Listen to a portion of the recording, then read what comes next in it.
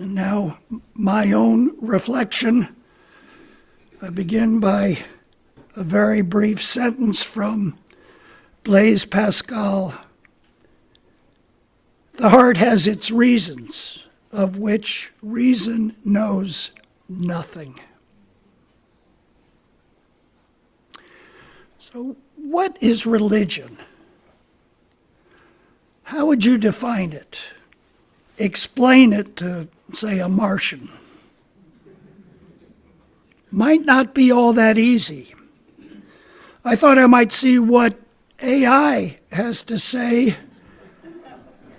but my head's still spinning from the plethora of answers I found there, far too many to cite here, but I couldn't resist this one.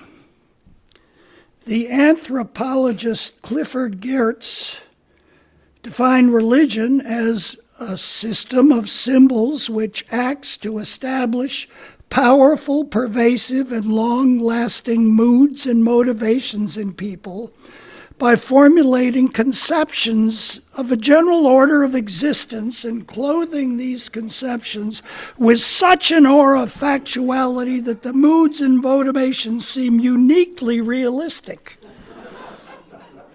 Yikes! Everything clear now?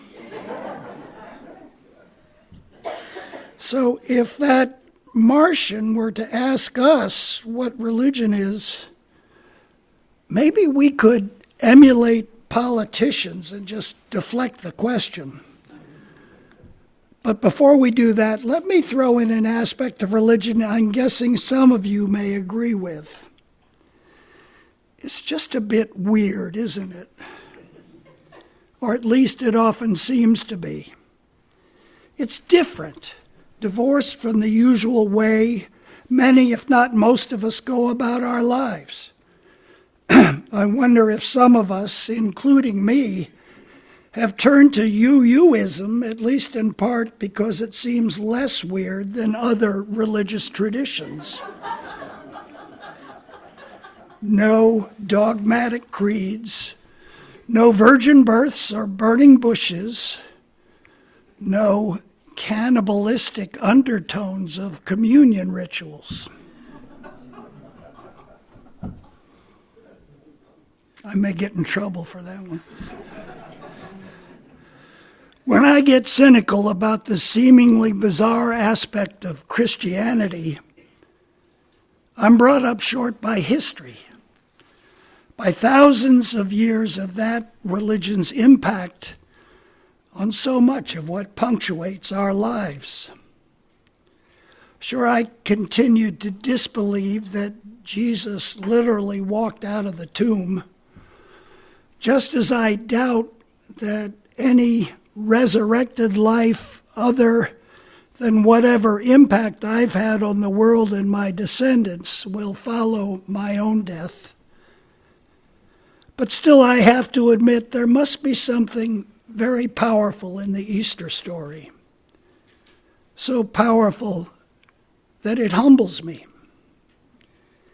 As with far too many other things, I may like to think I know better.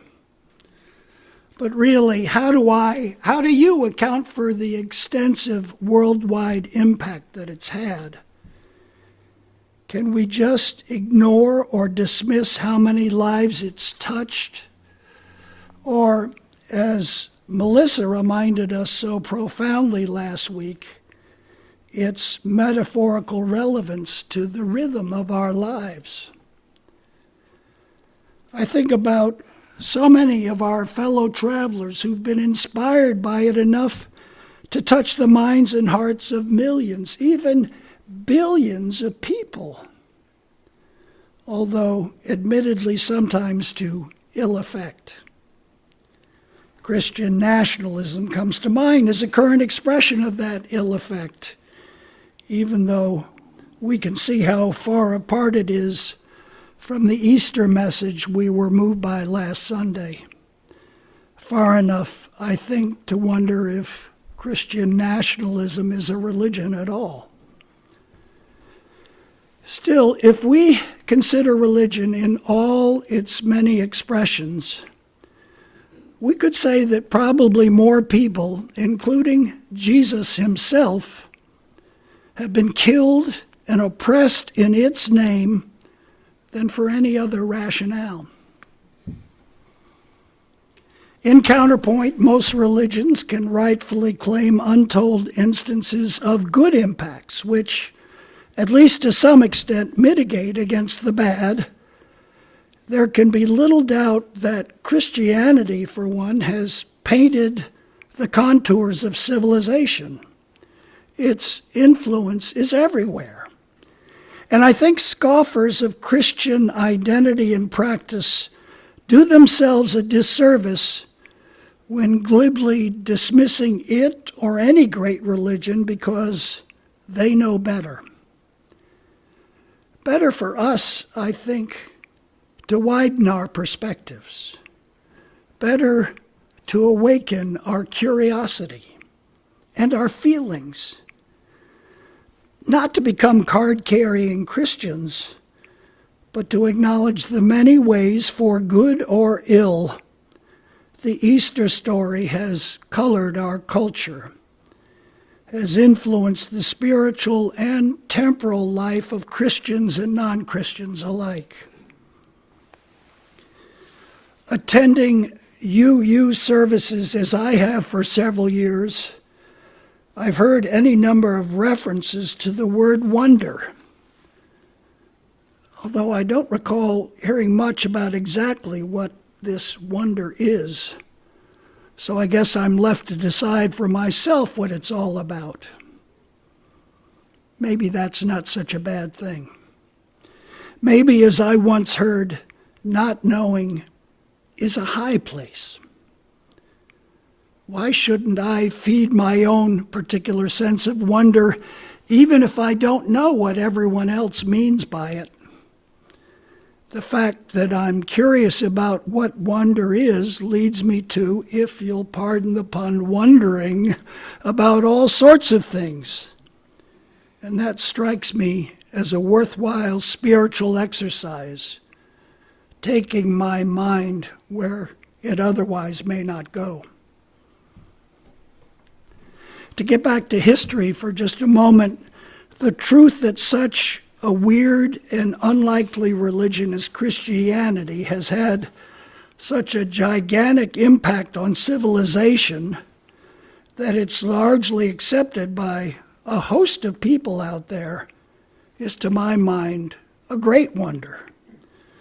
One that leads me to ponder how my dismissal of miracles and belief in resurrection stands opposed to a whole lot of people I can readily acknowledge as more intelligent, more disciplined, and better informed than I'll ever be, who seem to dispute any notion of my knowing better. You might think that feeling humbled by how my viewpoint differs from so many great minds would be a real bummer. But truth be told, it isn't. Actually, I appreciate being reminded I'm not God. And to realize I'm always going to be left with more questions than answers, especially about existential things. I find it liberating, even uplifting, to feed my doubts, to ponder just how puny my beliefs are in the whole scheme of things, to have my subjective viewpoints challenged, and to be reminded that while my opinions may not agree with others, that doesn't mean they're insignificant. It doesn't mean that I'm left with nothing to say. It doesn't mean that I don't matter. I come to this worship space because you have made me feel that I do matter. I think that's worth celebrating. For a number of years, Sue and I have been in a book discussion group. Recently, as we in that group were parsing a novel about which there were more than a few differing opinions, a friend, one of the group and a wonderful artist, reminded us of Henry James' observation that in the arts, feeling is meaning. Feeling is meaning. Think about that for a moment. I think that for many of us, our very human capacity to think, to reason and expand our intellectual horizons, a capacity that pretty much distinguishes humanity from every other living thing, one that has fueled achievements without which we might not even have survived as a species, can nevertheless be something that we need to set aside from time to time. I think there are times when our very intellect can become a barrier to heeding other essential parts of ourselves. In the arts, feeling is meaning. Years ago, I was in Milan, and I walked into a museum which dramatically displayed Caravaggio's brilliant painting of the supper at Emmaus. And I was mesmerized. I thought I could just stand there and stare at it for hours. To this day, I can't begin to say why, but if you ask me if I'd ever experienced the presence of God, that memory would very likely be the first thing that would come to mind. I had learned a bit about Caravaggio in an art history class in college, enough to know that he's considered a master of chiaroscuro, the interplay of light and shadow. And for a long time, I had been moved by the Gospel Luke's resurrection story of the risen Jesus appearing to his dispirited disciples at Emmaus, inspiring them in the very human act of breaking bread together. And I'm sure all of that played in the back of my mind somewhere as I stood there. But in the moment, it wasn't what mattered. What mattered instead was the overwhelming feeling of experiencing something transcendent, something unlike anything I'd ever felt before. And it changed me. Not permanently, perhaps, but very much within a seminal moment when all my pedestrian and crotchety ways took a break, and I felt something like at peace with the world. I had a similar experience the first time I sat in Carnegie Hall and heard the opening notes of the Robert Shaw Chorale angelically singing Brahms' German Requiem. And there have been other similar instances, finding myself somehow transported at a silent overnight retreat in a majestic cathedral. And just a couple of days ago, being moved to tears watching the recent film Hamnet unfold in indescribable beauty. In the arts, feeling is meaning. What meaning did I assign to the feelings that dominated those experiences?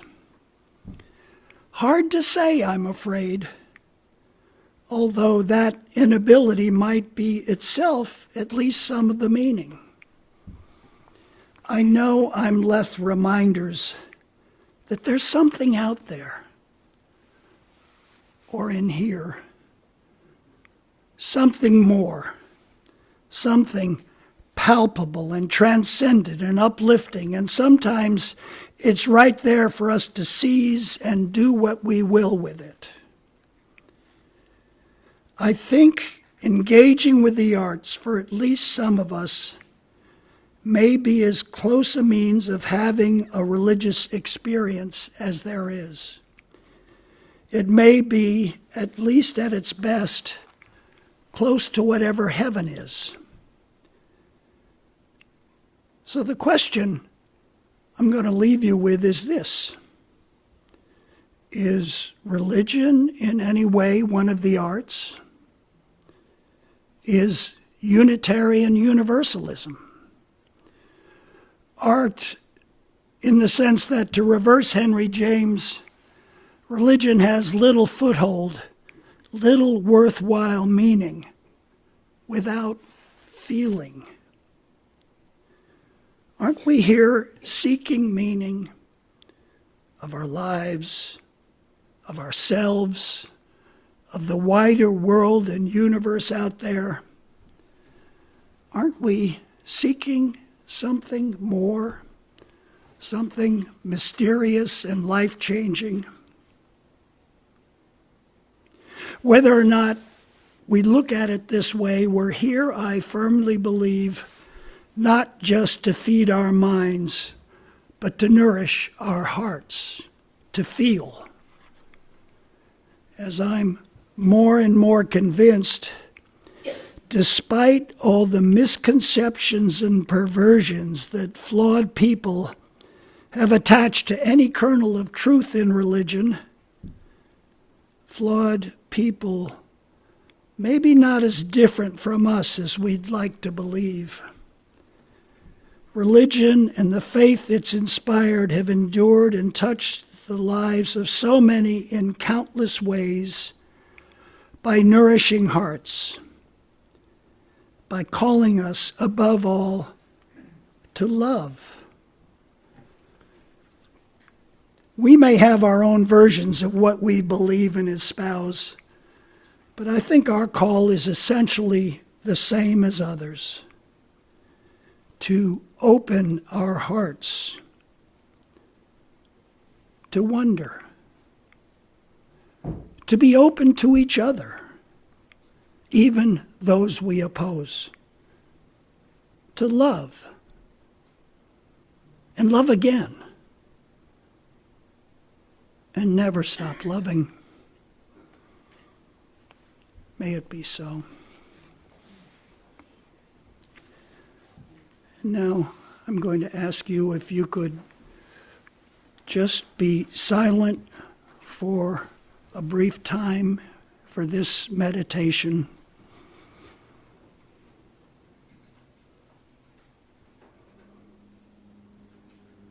Let's be still for a moment.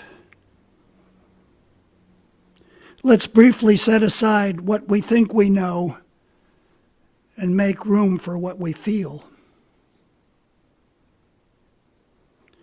May we stay curious about this strange and beautiful world and humble before all that we cannot explain.